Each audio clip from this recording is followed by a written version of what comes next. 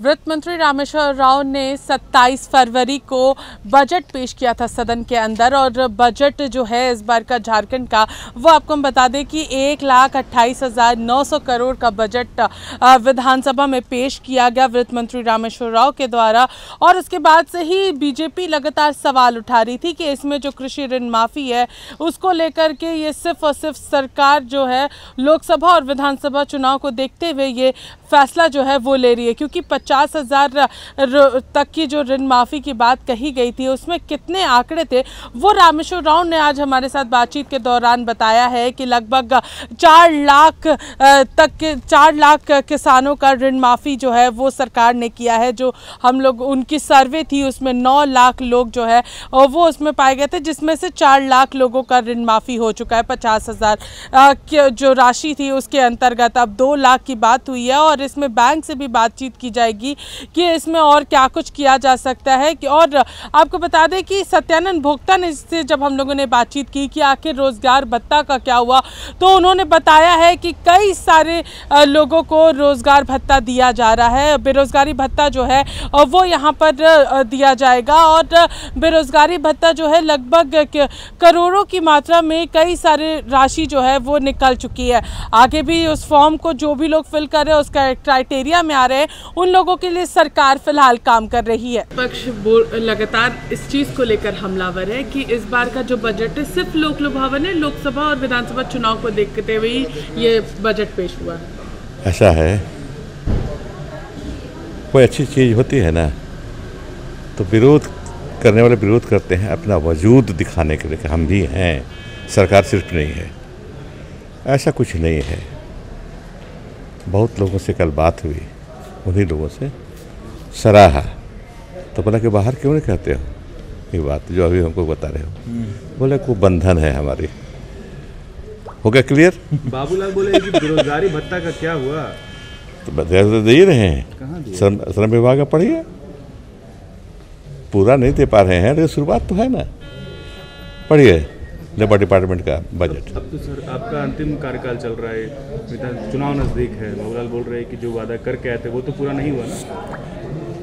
एक ही उदाहरण देंगे, हम कहे थे खाद्य आपूर्ति विभाग से कि ये लोग माड़ भात खिलाए हैं, दाल भात, फिर अंत में हम सब्जी भात भी खिलाएंगे। तो कल आपने देखा कि दाल भात तो खिला रहे थे कि कल के बजट में हमने सब्जी भी देने की बात कही है। एक आप कह सकते हैं कि हम 2019 के में जो चुनाव हुआ था उसमें कहे थे कि 2 लाख, कांग्रेस का घोषणा पत्र, मैं अध्यक्ष हुआ करता था, 2 लाख तक ऋण माफ़ी करेंगे। ऐसा मैंने नहीं कहा क्या कल 50,000 तक हुआ है कुछ त्रुटियों के बावजूद, और 50,000 से आगे बढ़ेंगे हम, और 2 लाख तक। तो उन्होंने कहा है कि 50,000 जो आप लोग दे रहे हैं उसका आंकड़ा कहाँ पर है, कितने लोगों का माफ़ किया है? अच्छा, माफ़ किए हैं 4.5 लाख से अधिक का, 9 लाख के करीबन गणना किए थे हम लोग। बाकी का इसलिए संभव 2 कारणों से नहीं संभव हुआ। एक तो एक परिवार को हमको लाभ देना था, एक ही परिवार में 3-4 लोन लिए हुए थे तो उसको नहीं दे सकते, तो संख्या बड़ी, हमको घटाना पड़ा, एक ही आदमी को देना है। दूसरा कि बहुत से लोन एनपीए हो गए थे। एनपीए के माने आप जानते हैं, बैंक की नीति है कि एनपीए नहीं माफ़ करेंगे, जिसका एनपीए हो गया उसका माफ़ नहीं करेंगे। तो सरकार की गलती उसमें नहीं है, किसान की ही गलती कर सकते हैं आप। लेकिन अभी कोशिश हमारी रहेगी कि एनपीए को भी हम कहें, बैंकों से मीटिंग करेंगे कि इसको माफ़ कर दीजिए। पैसा तो हम दे ही रहे हैं, अपना नीति बदलिए, इनका भी माफ़ कर दीजिए।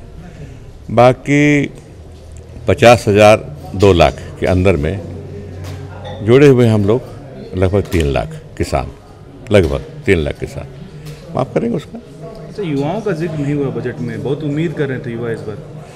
पढ़िए, है युवाओं का है, बच्चों का है। बच्चों के तो बाल बजट अलग से लाए हैं, पूरा पढ़िएगा तब ना। अब एक ही दिन तो होबे किया, पढ़िए फिर पूछ लीजिएगा। ये बेरोजगारी भत्ता का वादा किया था, तो वो बेरोजगारी भत्ता आखिर कहाँ है? देखिए, बेरोजगारी भत्ता पहले था कि 5,000 और 7,000 था, लेकिन बहुत कम था। अब राज्य सरकार ने निर्णय लिया है कि 12,000 युवाओं के लिए और युवतियों के लिए 18,000 और हम लोग अभी तक 2,45,00,000 रुपया दे चुके हैं और अभी जो उस क्राइटेरिया फुलफिल कर रहा है उसको हम लोग दे रहे हैं। ये तो लागू है प्रोत्साहन राशि।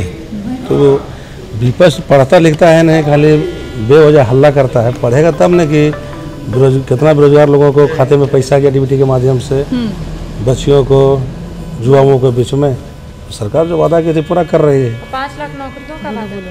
5 लाख जहाँ तक सवाल है तो सरकार के पास जो संसाधन है उन्हीं संसाधनों में हम लोग सरकारी जो रिक्त पद है उसको हम लोग भरने काम किया, गैर सरकारी जो हमारे पास संसाधन उसमें हम लोग भरने काम किया। अब उन्होंने भी कहा था 2 करोड़ नौकरी देंगे, कितना लोगों को दिए, कहा काला धन आएगा तो 15 लाख 15 रुपये नहीं आया।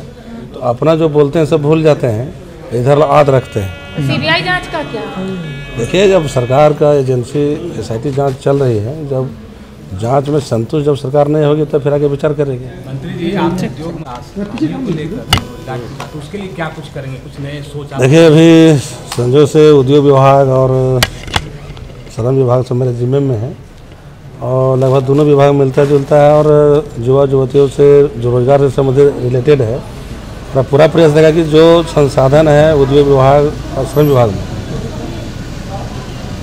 जो रोजगार के अवसर प्रदान होगा, जितना अधिक से अधिक हम बेरोजगारों को रोजगार दे सके, इस दिशा में हम पूरा प्रयास करेंगे। तो जहां एक तरफ वित्त मंत्री रामेश्वर राव ने साफ तौर पर हमारे साथ बातचीत में कहा कि इस बार का जो पूरा बजट है वो लोक लुभावन नहीं है। कुछ लोगों की बीजेपी से ही बातचीत हुई थी उनकी, तो उन्होंने कहा कि काफ़ी अच्छा बजट है। देखिए, बातें ये जो है वो निकलकर रामेश्वर राव के द्वारा आई है। वहीं दूसरी ओर सत्यानंद भोक्ता ने भी इस बात पर साफ तौर पर कहा है कि हम लोग यहाँ पर पूरी तरीके से प्रयासरत है, युवाओं के लिए काम कर रहे हैं।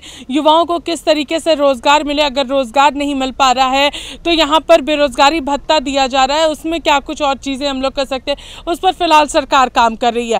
फिलहाल इस खबर में बात से इतना ही। सहयोगी अमन के साथ मैं पूजा दुबे, लाइव इंडिया, रांची।